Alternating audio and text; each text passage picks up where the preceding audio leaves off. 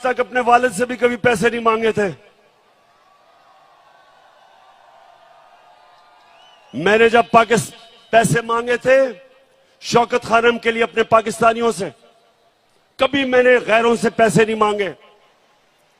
شوکت خانم کے لیے, نمل یونیورسٹی کے لیے, ابھی جو جیلم میں نے القادر یونیورسٹی بنائی ہے, ان کے لیے صرف پاکستانیوں سے پیسے مانگے تھے. لیکن جب, کیونکہ انہوں نے دیوالیہ نکالا ہوا تھا ملک کا, سب سے بڑا ہمارا بیرونی خسارہ تھا, مجھے باہر جا کے پیسے مانگنے پڑے کیونکہ ہمارے پاس پیسہ ہی نہیں تھا اپنے قرضوں کی قسطیں ادا کرنے پہ. تو میں آپ کو یقین دلاتا ہوں کہ اس سے شرمناک بات نہیں ہے جب ایک ملک کا سربراہ کسی اور ملک کے سامنے جا کے قرضے مانگتا ہے, پیسے مانگتا ہے. آپ سب جانتے ہیں کہ اگر آپ اپنے ماں باپ سے بھی پیسے مانگتے ہیں, ایک بچہ نہیں مانگتا دوسرا مانگتا ہے, تو ماں باپ بھی اس بچے کی زیادہ عزت کرتے ہیں جو پیسے نہیں مانگتا, جو خوددار ہوتا ہے. ماں باپ بھی. تو سوچیں کہ غیروں کے سامنے ہاتھ پھیلانا. تو یہ جب چیری بلاسم نے کہا کہ جی ہم تو بیکاری ہیں اور غلام ہیں, اور ایک اور ان کے رنگ باز سیالکوٹ سے کہتا کہ جی ہم تو لائف سپورٹ مشین پہ ہیں. میرا سوال ہے, کس نے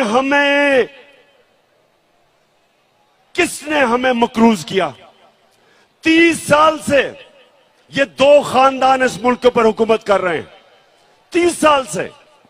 30 سال میں یہ اربوں پتی بن گئے, ان کے بار پراپرٹیز, فلیٹس, جائیدادیں, آف شور اکاؤنٹس, اور ملک کو مقروض کر دیا.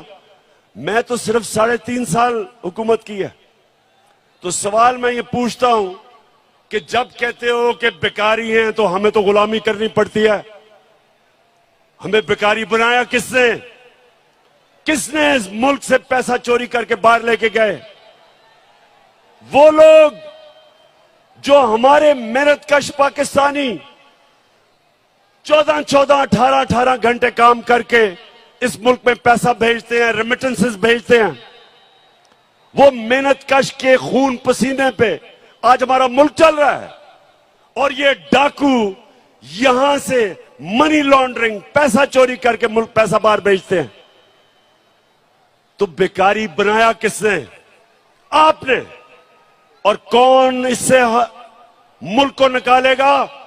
میں آپ کو آج یہ کہہ رہا ہوں کہ جس طرح ہم ایک قوم بنتے جا رہے ہیں, ایک قوم کے لیے کوئی چیز ناممکن نہیں ہوتی.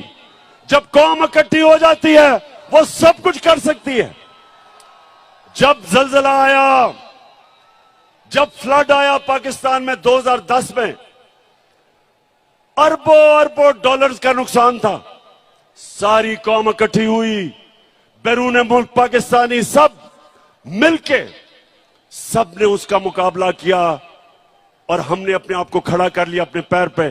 اسی طرح جس طرح اب ہم قوم بن رہے ہیں, مجھے کوئی شک نہیں کہ پاکستانی جس طرح جب ان کو یہ پتا چل گیا کہ ان کا ٹیکس ان کے اوپر خرچ ہوگا, یہ کیبنٹ جا رہی ہے ایک مفرور سے ملنے آپ کے خرچے کے اوپر.